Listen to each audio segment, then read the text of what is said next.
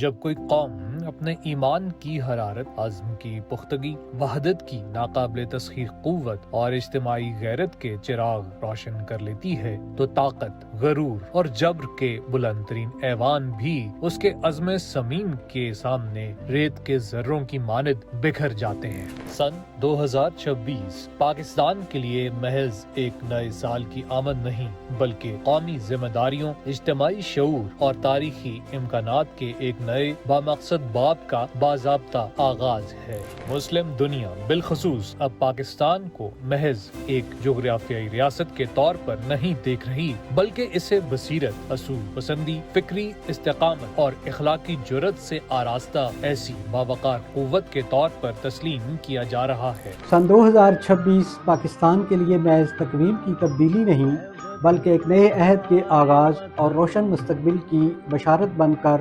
طلوع ہوا ہے۔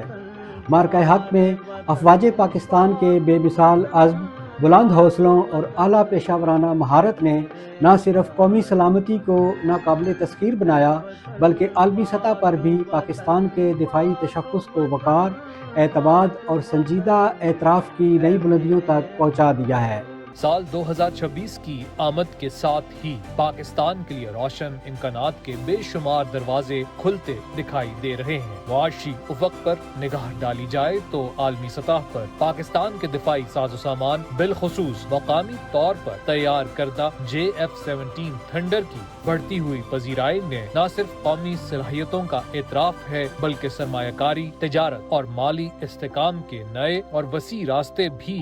ہموار ہو رہے ہیں۔ دفاعی ساز و سامان کی تجارت کے ساتھ ساتھ پاکستان کی مسلح افواج کی اعلیٰ پیشہ ورانہ مہارت خدمات کے شعبے میں بھی پاکستان کے لیے کثیر زر مبادلہ اور نئے معاشی افق دکھا رہی ہے۔ حرمین شریفین کی حفاظت کی ذمہ داری نہ صرف پاک افواج کی جرأت، نظم و ضبط اور انتظامی صلاحیات کا درخشاں ثبوت ہے۔ 2026 جو وطن عزیز کے لیے نئے افق، نئی ذمہ داریوں اور روشن مستقبل کی بشارت بن کر طلوع ہوا ہے، خدا کرے کہ عالمی سطح پر حاصل ہونے والی یہ پذیرائی ہمارے قومی کردار میں مزید نکھار، ہمارے رویوں میں وقار و سنجیدگی، ہمارے فیصلوں میں بصیرت و دانائی اور ہمارے اجتماعی طرز عمل میں مضبوط، باوقار اور بامقصد ذمہ داری کا شعور پیدا کرے۔